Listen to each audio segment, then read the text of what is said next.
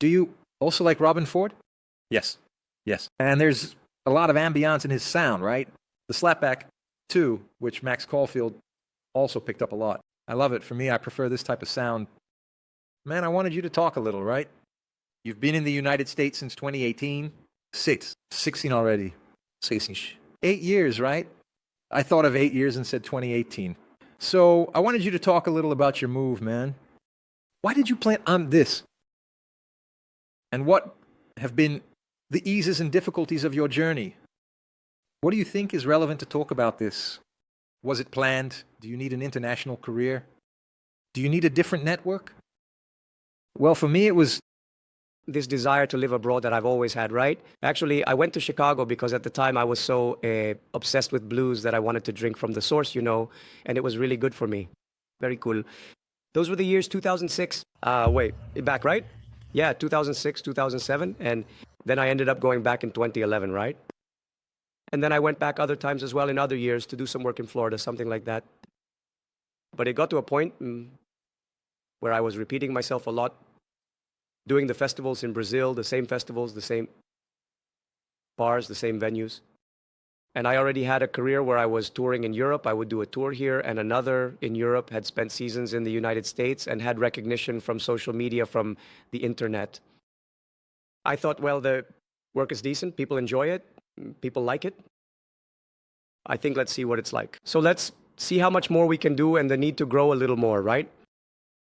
Which has always been very much like this. For example, I left Fortaleza and came to São Paulo with the need to appear on the scene, right? Because São Paulo is the largest city in Brazil. If you appear there, you appear in Brazil.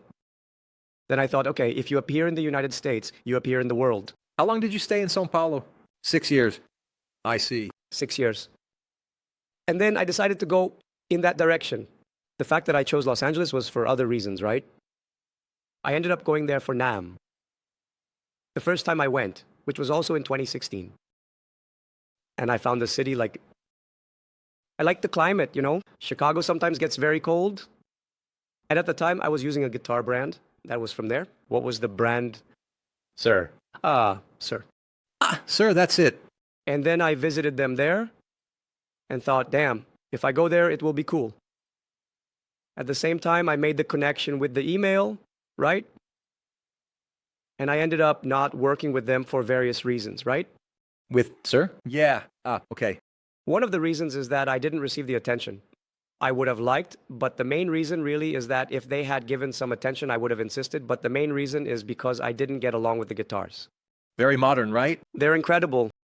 Don't get me wrong, the guitars are very good, right? Many very good guitars, but I don't like the tone, I don't like the feel, Do you think it's more for a shred wave like that? Is it more designed for that type of musician, do you think? Yeah, I think there's I think that depending on your musicality, you can make any equipment sound close to what you want, but if you have something that helps you sound the way you want without having to go around in circles, it's much better, but I find the tone very modern, very preset, and the playing. We talked about the thing that people have to push themselves. It has to be difficult to play. It has to be that. It has to be comfortable, of course, right? But having a little bit of challenge is nice because it takes you to, right? It takes you out of your comfort zone. If it's too much, then it stops you from moving. But if there's something, and they were very perfect guitars to play, that kind of bothered me a little too. I understand. An interesting point, actually, someone who said something that came to my mind was Ricardinho Marim. Do you know Ricardinho? Oh, for sure, a great guitarist. He said he was using a lot of modern guitars, modern, and he said, man, there's something there. He said he took everything and went back to the Fenders, to the Gibson, and said, now I understand what was missing. It's more about this issue, say, that there's something that refers to a natural challenge of the instrument, which was also challenging for other musicians. And maybe that's why it's created certain styles, right, man? Because the people who use these modern guitars play in a modern way. Yeah, the guitar takes you somewhere. It takes you right? And it wasn't the place I wanted to go, right? Anyway, but another interesting thing also, sorry. That's good. You were talking about the guitar, but the aside was for you to talk about the United States, your life over there. Okay? Do you want to conclude this matter? No, I was going to tell you something interesting. I forgot. It'll come back soon. You said that when you got there, man, in the United States, you had your time at MI, you disconnected with the beating, ended up not getting the proper attention. The instrument also didn't meet your needs 100% despite being a great instrument. I'm trying to say all this to see if it jogs your memory. Remembered my point What is it? Tell me. after you said that? No? And it's, we want to play the guitars that our heroes played, right?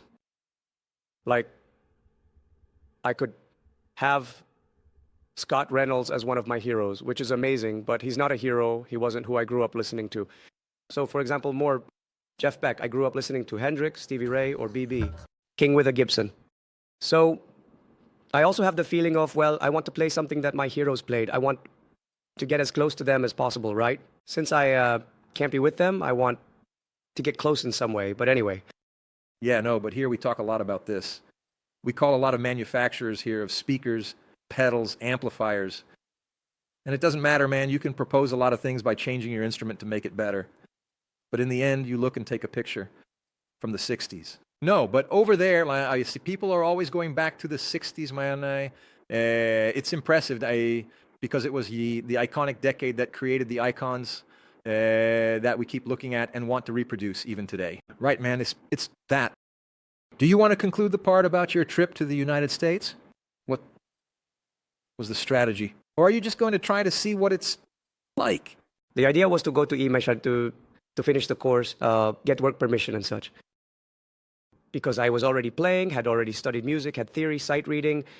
You weren't a kid anymore, right? You went to speak maturely already at almost 30, was that it? Yes.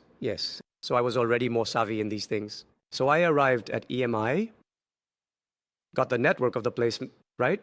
The contacts and such, and one of the directors told me, look, graduate, get the work profession, and we will hire you as a teacher. So I thought, great. That's what I did. I took the shortest course and started teaching there after a while.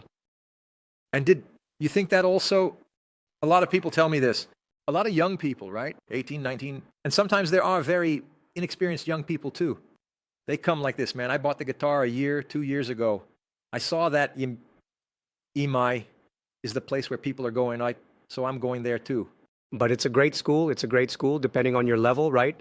If you already have a more developed level, it doesn't make much sense unless you go to the school to try to become a teacher, to make contacts, network, meet people, make friends, and so on.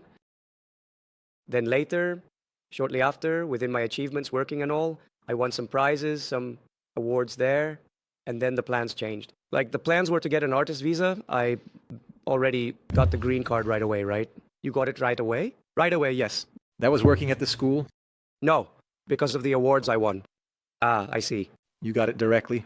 Yes, because of the tireless efforts and dedication, the things I do for blues, the career recognition, and... Your lawyer also thought that... Yes, when I arrived, he said, no, man, you can get a green card with the amount of things you've already done. These things, let's go. So, like, it came through quickly. Do you have a green card or got citizenship? I can apply for citizenship. I think I'll be able to apply at the end of the year. It's 5 years, I think, right? Thank you for watching this clip from Starling Cast. You can watch the full episode here in the video description. And take the opportunity, if you're a guitarist, to join the largest virtual school in Brazil, exclusive for guitarists, by clicking on the QR code or in the video description. I'll see you there.